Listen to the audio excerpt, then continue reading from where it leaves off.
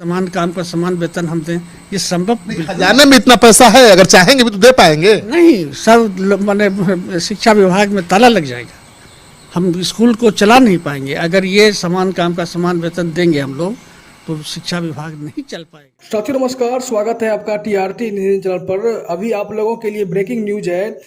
शिक्षा मंत्री ने प्रेस कॉन्फ्रेंसिंग के जरिए अपनी बातें कुछ रखी है नियोजित शिक्षकों के बारे में। उन्होंने साफ साफ कह दिया है कि हड़ताली नियोजित शिक्षकों को समान काम के बदले समान वेतन देना नामुमकिन है, क्योंकि बिहार सरकार के खजाने में उतनी राशि है ही नहीं कि शिक्षकों को समान काम के बदले समान वेतन दिया जाए। अगर ऐसा होता है तो शिक्षा विभाग का पूरा कार्यक्रम ठप हो जाएगा, सरकारी विद्यालयों को चलाना ठप हो जाएगा। उन्होंने यह भी कहा है कि जो 46 शिक्षकों की मृत्यु हुई है, उनकी मृत्यु हड़ताल की वजह से नहीं हुई है।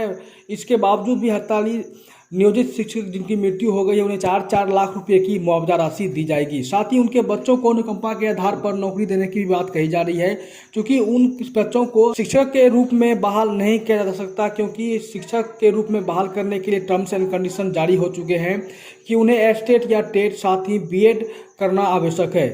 इसलिए ऐसा नियम बनाया जा रहा है कि अनुकंपा के आधार पर वैसे बच्चों को अलग किसी सरकारी जॉब में सेटल किया जाएगा।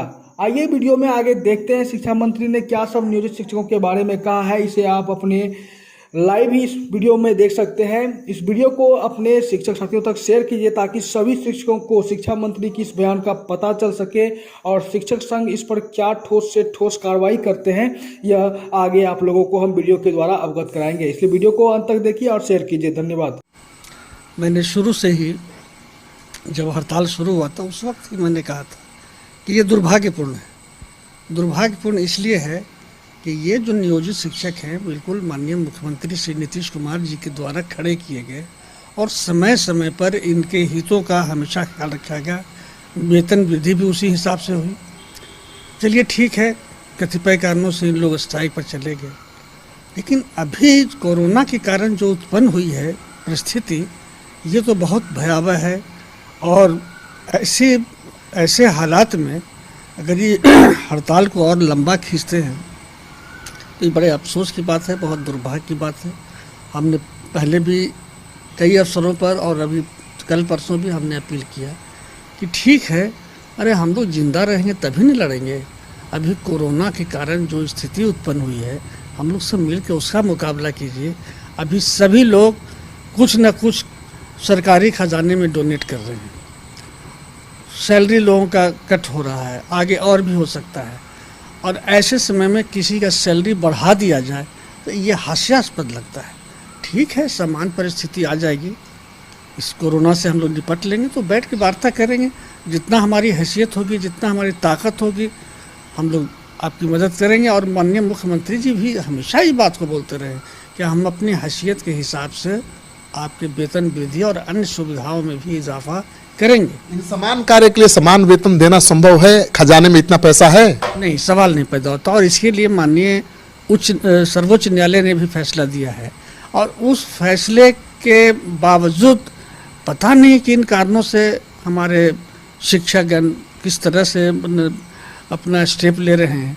अरे भाई, सुप्रीम कोर्ट से बड़ा कोई न्यायालय थोड़ी है, और हम कैसे उस न्यायालय के आदेश के विरुद्ध जो है हम आपका वेतन वृद्धि कर दें, समान काम का समान वेतन हम दें, ये संभव? खजाने में इतना पैसा है, अगर चाहेंगे भी तो दे पाएंगे। नहीं। सब माने शिक्षा विभाग में ताला लग जाएगा, हम स्कूल को चला नहीं पाएंगे। अगर ये समान काम का समान वेतन देंगे हम लोग तो शिक्षा विभाग नहीं चल पाएगा।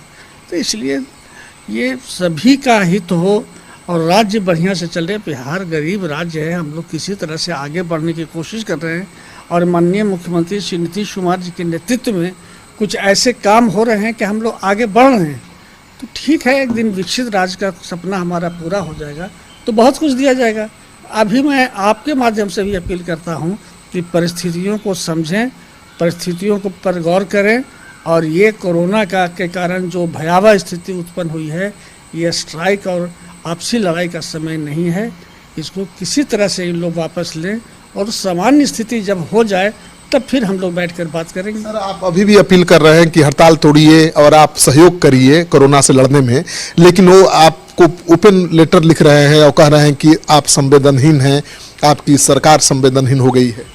अब हम इस पर कोई ज़्यादा तीखी बात हम नहीं कहना चाहते। सब सम्मानित लोग हैं, शिक्षक के जो प्रतिनिधि हैं सब सम्मानित हैं, सबका हम सम्मान करते हैं। लेकिन देखिएगा, एक न एक दिन हम लोग को बैठना ही पड़ेगा और तभी समस्या का समाधान होगा।